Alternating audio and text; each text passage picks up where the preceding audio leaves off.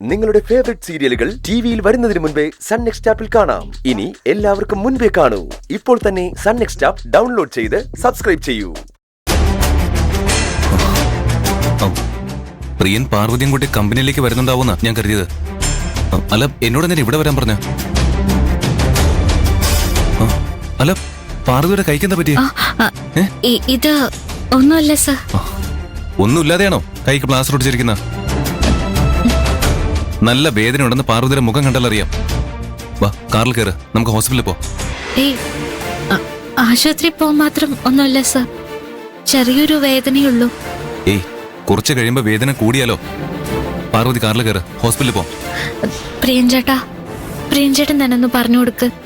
പാറുവിന് പരിക്കൊന്നുമില്ല sir. Car ഇടിക്കാൻ വന്നപ്പോ ഞാൻ പാറുവിന്റെ കൈക്ക് പിടിച്ച് വലിച്ചു മാറ്റി. അപ്പൊ പറ്റിയത് മാറിക്കോളും. പ്രിയൻ എന്താ പറഞ്ഞ? പാർവതിയെ കാർ ഇടിക്കാൻ വന്നോ? അതെ സർ, തലനാരിഴയ്ക്കാ ഞങ്ങൾ രക്ഷപ്പെട്ടത്. ആ കാർ തന്നെ വീണ്ടും വന്നു. അപ്പോഴാ ഞാൻ പാറുവിനെ പിടിച്ചു മാറ്റിയത്. ഒരു കാറ് 2 തവണ നിങ്ങൾ ഇടിക്കാൻ വന്നോ? അത് അപ്പൊ ആക്സിഡന്റ് അല്ലല്ലോ, മർഡർ അറ്റംപ്റ്റാ. എനിക്കും അങ്ങനെ തന്നെയാ തോന്നിയത്. പക്ഷേ അതിന് പിന്നിൽ ആരാണെന്ന് എനിക്കൊരു പിടിയും കിട്ടിയില്ല. അതിന്റെ പിന്നിൽ ആരാണെന്ന് എനിക്ക് മനസ്സിലായി. ആരാ സർ? മീരയും പെൺകുട്ടികളെയും പിടിച്ചോണ്ട് പോയ ആ ലോൺ ആപ്പ് ടീം. സാറ് പറഞ്ഞത് ശരിയാണെന്ന് എനിക്ക് തോന്നുന്നത്. ആദ്യം അവര് കാർ ഇടിക്കാൻ നോക്കിയത് എന്റെ ബൈക്കിന് നേരെയാണെങ്കിലും പിന്നെ അവര് വന്നത് പാറുവിന്റെ നേർക്ക. പാറുവിനോടാണല്ലോ അവർക്ക് പക.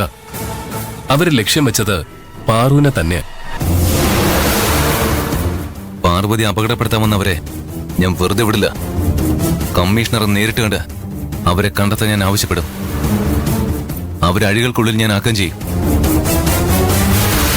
പാർവതിയുടെ നേർക്ക് മർഡർ അറ്റംപ്റ്റ് ഉണ്ടായതുകൊണ്ട് പാർവതിയെ വർക്കിംഗ് വുമൺസ് ഹോസ്റ്റലിൽ താമസിപ്പിക്കാൻ എനിക്കിനി ധൈര്യമില്ല.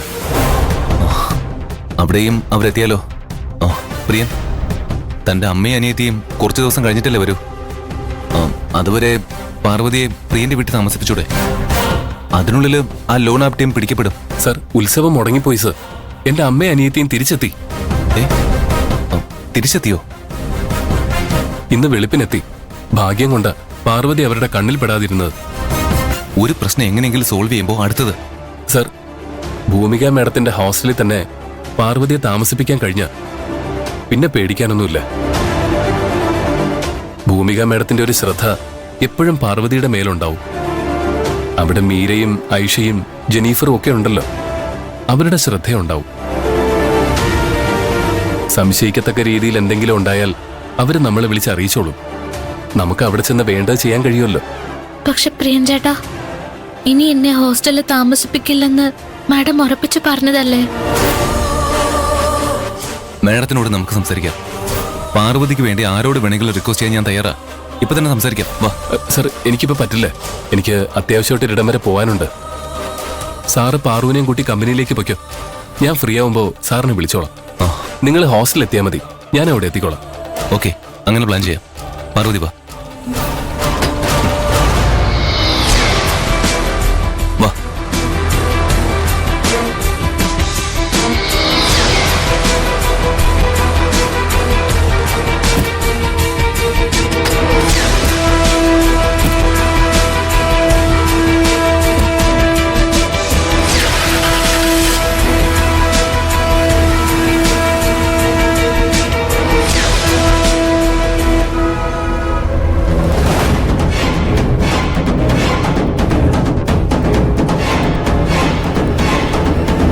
എല്ലാവരും റെസ്യൂമി കൊണ്ടുവന്നിട്ടുണ്ടോ?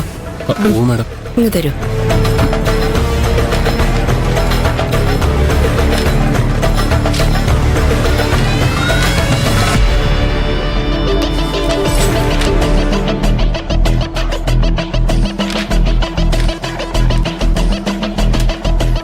ഇതിലാരാ പ്രിയദർശൻ?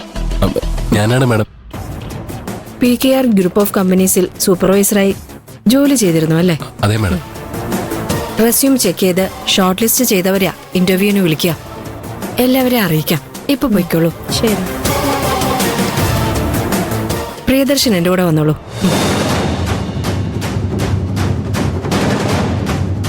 സർ, ഇത് പ്രിയദർശൻ ആ PKR ഗ്രൂപ്പ് ഓഫ് കമ്പനീസിൽ സൂപ്പർവൈസറായി ജോലി ചെയ്തുകൊണ്ടിരിക്കുക. നല്ല എക്സ്പീരിയൻസും ഉണ്ട്. ഇതാ സർ. ഇരിക്കെ. ഇരിക്കെ. ബംഗ്ലാദേശിലുള്ള ഒരു ഗാർമെന്റ്സ് കമ്പനിക്ക് വേണ്ടിയാ ഞങ്ങൾ ആളെ സെലക്ട് ചെയ്യുന്നത്. പ്രിയദർശനെ പോലെ വെൽ എക്സ്പീരിയൻസ്ഡ് ആയിട്ടുള്ള ഒരാളെ തന്നെയാ കമ്പനിക്ക് വേണ്ടത്.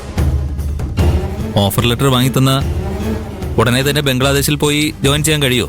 ഉടനെ എന്ന് പറഞ്ഞ 1 വീക്കിനുള്ളിൽ പോകേണ്ടി വരും.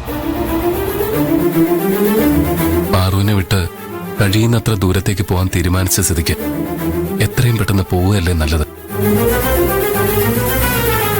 എന്താ ആലോചിക്കുന്നത്? ഞാൻ റെഡിയാണ് സർ. 3 വർഷത്തെ കോൺട്രാക്റ്റ് ആയിരിക്കും. കോൺട്രാക്ട് പീരീഡ് കഴിയാതെ നാട്ടിലേക്ക് വരാൻ പറ്റില്ല. 3 വർഷവും അവിടെ തന്നെ കഴിയണം. 3 വർഷം കഴിഞ്ഞാൽ നാട്ടിലേക്ക് വരണമെന്ന് നിർബന്ധമൊന്നുമില്ല. ജോലിയിൽ കണ്ടിന്യൂ ചെയ്യാൻ താല്പര്യമുണ്ടെങ്കിൽ നിങ്ങൾക്ക് കണ്ടിന്യൂ ചെയ്യാം. താല്പര്യമില്ലെങ്കിൽ തിരിച്ചു വരാം. കണ്ടിന്യൂ ചെയ്യുകയാണെങ്കിൽ വർഷത്തിൽ 1 മാസം ലീവ് ലഭിക്കും. ആദ്യത്തെ 3 വർഷത്തിനിടയിൽ ഒരിക്കൽ പോലും നാട്ടിൽ വരാൻ കഴിയില്ലേ? ഇല്ല, നാട്ടിൽ എന്ത് അത്യാവശ്യം വന്നാലും വരാൻ കഴിയില്ല. അങ്ങനെയായിരിക്കും എഗ്രിമെന്റ്. പക്ഷെ ഇവിടെ ലഭിക്കുന്ന ശമ്പളത്തിന്റെ 3 ഇരട്ടിയോ 4 ഇരട്ടിയോ ശമ്പളം അവിടെ ലഭിക്കും. ഞാൻ ആലോചിച്ചിട്ട് പറഞ്ഞാൽ മതിയോ സർ? ഒരു അരമണിക്കൂറിനുള്ളിൽ പറയാം. മതി. നന്നായിട്ട് ആലോചിച്ചിട്ട് തീരുമാനം എടുത്താൽ മതി. ശരി. ശരി.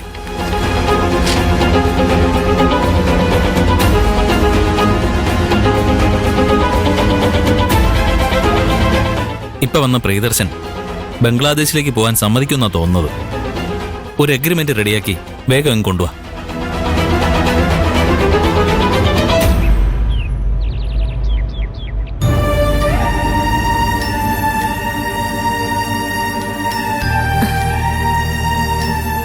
നീ എന്താണ് ഈ പറയുന്നത്? നീ ഇന്നലെ പ്രിയന്റെ വീട്ടിലാണോ കഴിഞ്ഞത്? അതെ ജയന്തി ചേച്ചി. കൈലാഷ് സാറ് ആദ്യം സാറിന്റെ വീട്ടിലേക്ക് എന്നെ കൊണ്ടുപോയത്. അവിടെ താമസിപ്പിക്കാൻ പറ്റില്ലെന്ന് കൈലാഷ് സാറിന്റെ അമ്മ പറഞ്ഞതുകൊണ്ടാ കൈലാഷ് സാറിനെ പ്രിയൻചേട്ടന്റെ വീട്ടിലാക്കിയത്. നിന്നെ ഹോസ്റ്റലിൽ നിന്ന് പുറത്താക്കാൻ നീ ഒരു തെറ്റും ചെയ്തിട്ടില്ലല്ലോ.